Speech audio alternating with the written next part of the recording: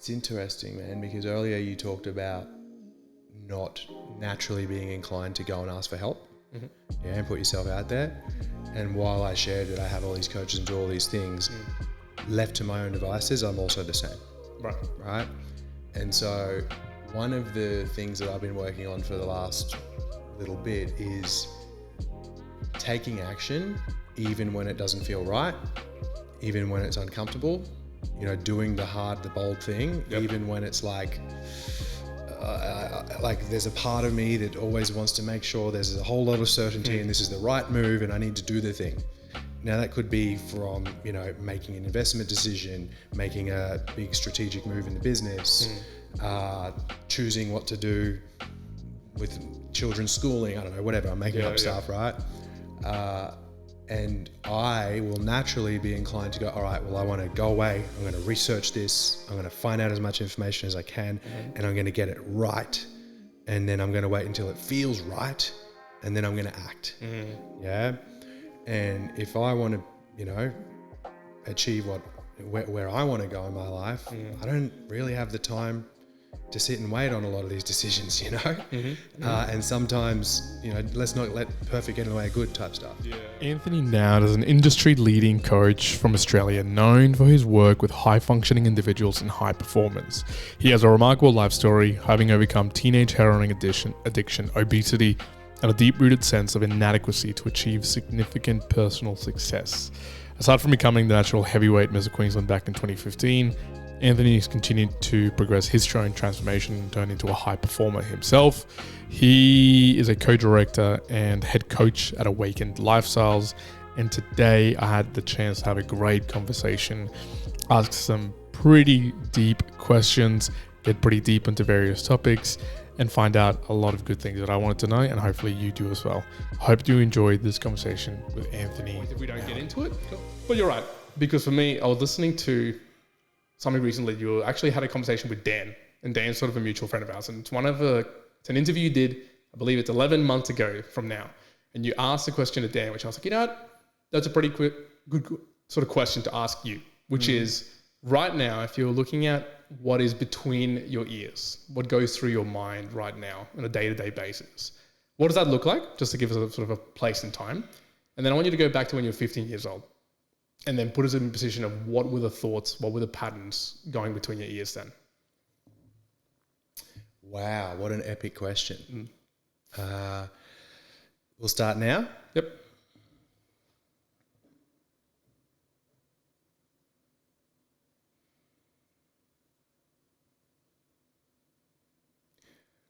So I guess I'd do my best to stay out of my mind as much as possible.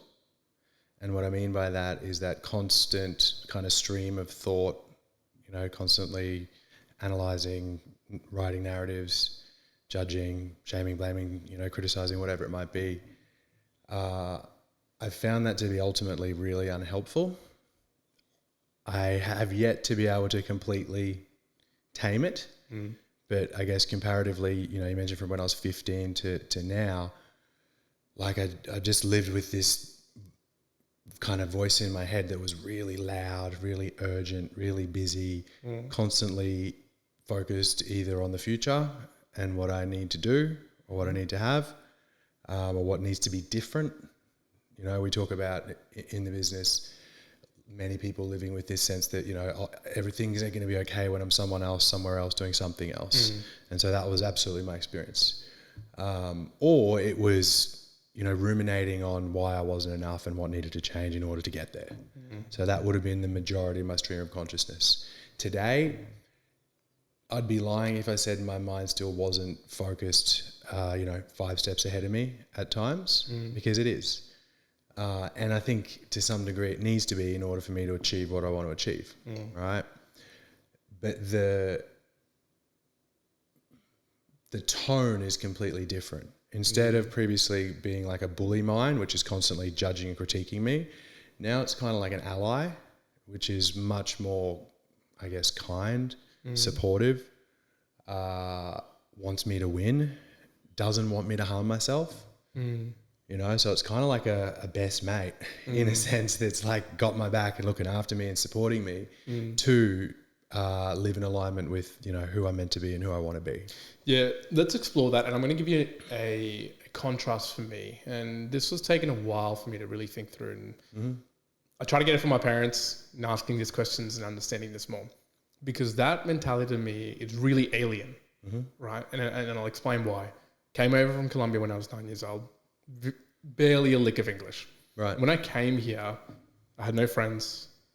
There was rudimentary sort of conversations with my family. It was very surface level. For the longest of time, maybe until I was 21, 22 years old, I didn't share a single personal thing with anybody. It just wasn't the friends. The language didn't come easy for me. And I just didn't want to. And if I really position myself as a 15-year-old, 16-year-old, there wasn't that mentality of, oh, I won't be accepted, or I'm hurting, or no, I'm not good enough. It was blank. There was nothing. There was not even a conversation to be had, which is why a lot of people, when I hear that, I go, it's a bit alien to me. And sometimes, and I'm going to be honest, I have some friends right now who have that and spin it to but that's a positive. That's what makes me the man I am today, or the woman I am today, and the power.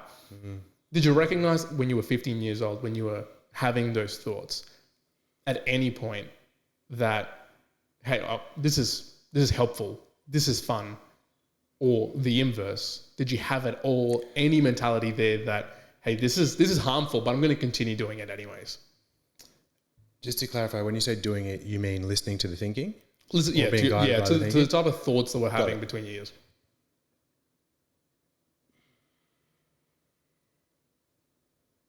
Like, if I've got a mind that is, you know, beating me up or shaming, blaming, judging, criticizing, comparing me to other people in a negative way, I think for me to spin that in a way which is positive, there has to be a level of denial, you know, going on, because it's like, if we were sitting here and you were abusing me, like, it'd be like, oh, I bet it's positive, it's helpful, like, thanks, man. Like, you know, if it's coming from a place of, you know, fear and judgment and, yeah, I guess fear and judgment, that to me is harmful, right? So, I mean, had I ever tried to do that? Had I ever tried to outrun those thoughts by like going, okay, I have to work harder, I have to do more? Absolutely.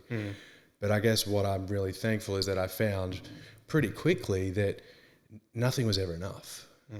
You know, like, to that little voice, like, it didn't matter what I achieved. You know, I completely turned my life around, completely changed my physical health, completely changed my financial situation, completely changed, you know, my morals, like the entire fabric of my existence. And I was still like, just constantly focused on the next thing. Right. And so for me, the light bulb was, like, this thing's never going to be satisfied. You know, this, you know, ego or self or whatever you want to call it, like mind, is never going to be satisfied. And I can choose to play this game for the rest of my life and constantly tell myself that happiness is like a few steps away, and constantly kick the can down the road. Or I can choose to maybe just not pay as much attention to that voice. Right. Okay. You know, and maybe realize that, hey, it's there. It, on some level, it's probably trying to help me. On some level, it thinks that, you know, like, if I just listen to it, everything's going to be better. But what I realized, for me at least, is that voice is constantly, like, its sole focus is on trying to get me to do one of two things: either avoid an unpleasant emotion, or make me have a pleasant emotion, right? Or want me to, you know, move away from pain and toward pleasure, essentially. And I could literally end up doing anything if that's the only thing that I'm gauging my decisions by. Yeah, of course. Another, as we say, you're going to find here, folks, as I'm talking to Anthony, we're going to get into a lot of topics, and I want people to understand that I'm not going to explore the depths of your story in this particular conversation. There's going to be a little bit of an introduction. I'm actually going to point, there's another interview that you did where you really quite beautifully illustrated the difficulties of where you came from. And I want to give a little sliver for people to kind of understand that context as we're here now. And then talk about some of these topics. So I think that's where it's going to be really informative, both for myself and probably for people listening at home. And I might have the maths wrong here, but I was trying to do it very quickly just beforehand. 15 years, 36 days that you've been clean. I believe that's what it might be, or around that number. 25th of January. 25th of January. So yeah, it's probably about right. It's probably about right. ChatGPT was telling me the details. I was like, quickly give me the numbers. 15 years, 36 days. That's being clean. is that I want to position me at day 0 or day 1. Yep. In fact, better day 1, not day 0, not in the moment, day 1, the day after. Can you explain to people, I guess, that day, a little bit of context of why it became day 1, but really in that day of day 1, what were the challenges, what were your experiences around that, if you can remember? Oh, man, to be honest, it's all a little bit of a blur, and coming out of what I was coming out of, right? So like, pretty significant heroin addiction and methadone, use. Day 1 is like, in a sense, it's like very, very raw, very, very vulnerable. Like I can't really describe it. It's like you're just born again and now you're seeing color for the first time in a sense. I remember I used to leave like detox centers and I'd walk out the front door thinking I'm going to be fine. And I walk out and just literally the colors were brighter. Yeah. And my senses were sharper because I wasn't anesthetized. And it's kind of terrifying. Yeah. It's like really scary. And to my point before, the head just goes, how do we fix this? I know how we fix this. Every day we fixed it by doing blah. On that day 1, and it's difficult to explain without a little bit of context. So prior to that, I'd made a decision where I got kicked out of another treatment facility, and I was leaving there, and at that point in my life, there was, ongoing kind of overdoses happening. Best way I can describe it, and I say it a lot of times, but the best way I can describe it is I just could feel like the end was near, right? I could feel death close. And, getting revived by ambos and taken to hospital and that type of thing kind of puts it in your face too, no matter how thick the denial, like you kind of see writing on the wall, right? Yeah, reality slapping you pretty your hard. Your friends say, hey man, you went blue and then you went purple and we thought you were dead. And so yeah, there was that sense. And I just remember making a decision in the car park of this, treatment center on the Gold Coast where I had this inner kind of knowing, inner whisper, whatever you want to call it, moment of clarity. I don't really know how you want to determine it, but there was like this sense inside of myself that just went, mate, if you go back to do these behaviors, you're going to die. Yeah, you're going to die. And in that moment, there was just like I had a choice. I was like, I made a choice to go, okay, well, I'm going to do the complete opposite of what I've been doing. And thankfully, I'd, attempted to get clean a number of times before, and I'd had lots of support around me in that space. And so I knew what to do, and so I went and began doing that. And I just, honestly, it starts with a decision. Is the best thing I can say. It starts with a decision, and once I make that decision, then it was just like hour by hour, hour by hour, choosing to live in line with this decision that I'd made. No matter what my head tells me, no matter how I feel, no matter how anxious I am or scared I am, and we're talking like I wasn't sleeping for weeks, and I mean not completely no sleep, but like patches of little bits of sleep for weeks and weeks at a time, and you're detoxing and this disgusting muck is coming out of your body and your bones ache. It's like the worst flu you've ever had that just goes on for a month. Horrible. Man, it's disgusting. You don't want that. It's disgusting. And so there's a lot of incentive to go and use to fix the pain. To avoid that. Correct. But it was just, I guess that initial decision, and then getting support outside of myself, finding a peer group, getting people to help me, and just continually, I just remember lots and lots of times just having to say no to the path that I know would lead me back down. Like the behaviors, the habits, the people, places, things that would lead me to that behavior again. Yeah. A couple of things pop into mind around this that I want to be, I think one's informative, one I just want to sort of clarify.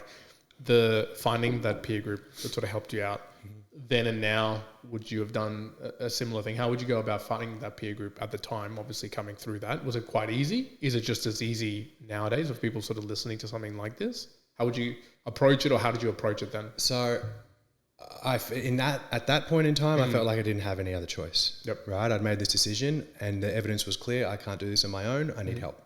I've tried on my own, you know, several times, can't do it. Yeah. And so there was, I guess, a level of surrender in that. Right. You know, and that was probably the kind of mechanism. It's like, okay, I give up. Someone else give me a hand here. Yeah. I can't do this on my own.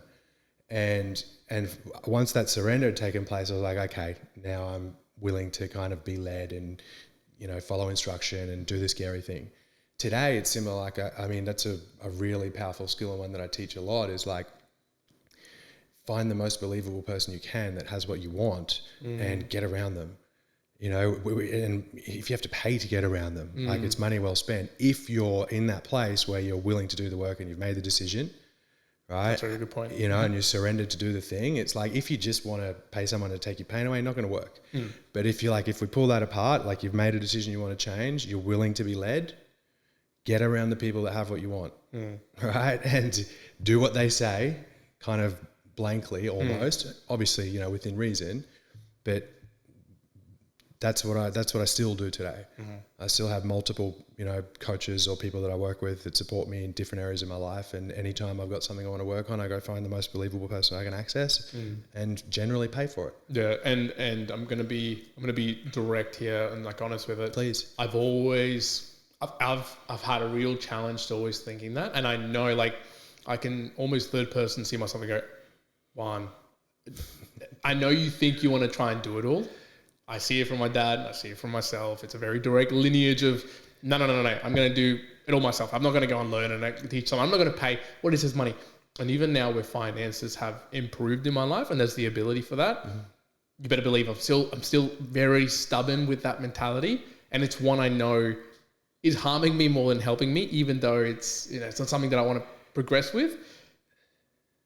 Those, and I'm stating this for a particular reason. I want to challenge some of your ideas that we're going to talk to in a little bit as well. Please. Because these are the sort of ideas I'm just presenting, that it's what you're saying right now is so true and I agree with it. And I know that internally I challenge it. So there's other ideas and thoughts that I think people listening to this, others who sort of I talk to, where you need that the third person is imperative to allowing you to see the reality as opposed to the sliver of what you see of the world. I think they just help you see it more and help you connect to maybe what you actually want to do, especially if they've done it before. Just in terms of the being clean as well, obviously from drugs, I've asked you coming into this conversation, any drink, would you like anything, a water, a tea, you know, sort of presented, yeah, I want a tea. And I'm always wondering, you know, is anyone going to say, like, do you want alcohol or something else? Is cleanliness for you as well also extend to other things like alcohol or other sort of 100%. things? So, Right, okay. so yeah, no alcohol, no drugs, basically no mind or mood altering substances. And then other than like Nurofen or Panadol, nothing that's unprescribed. And I want to state it for people here, the ability to be precise with things like this, like very clear, there's not a couple of gray areas, because when you leave the gray areas, that's what allows a slide to start. 100%. Yeah. Can't be half pregnant, man. No, it can't be half pregnant. Exactly. Now I'm going to throw out another number to you, then we're going to get into a few of those thought-provoking items.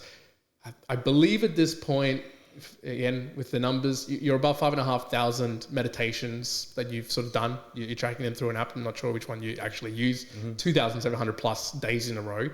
Does that align to the years that you've sort of been clean?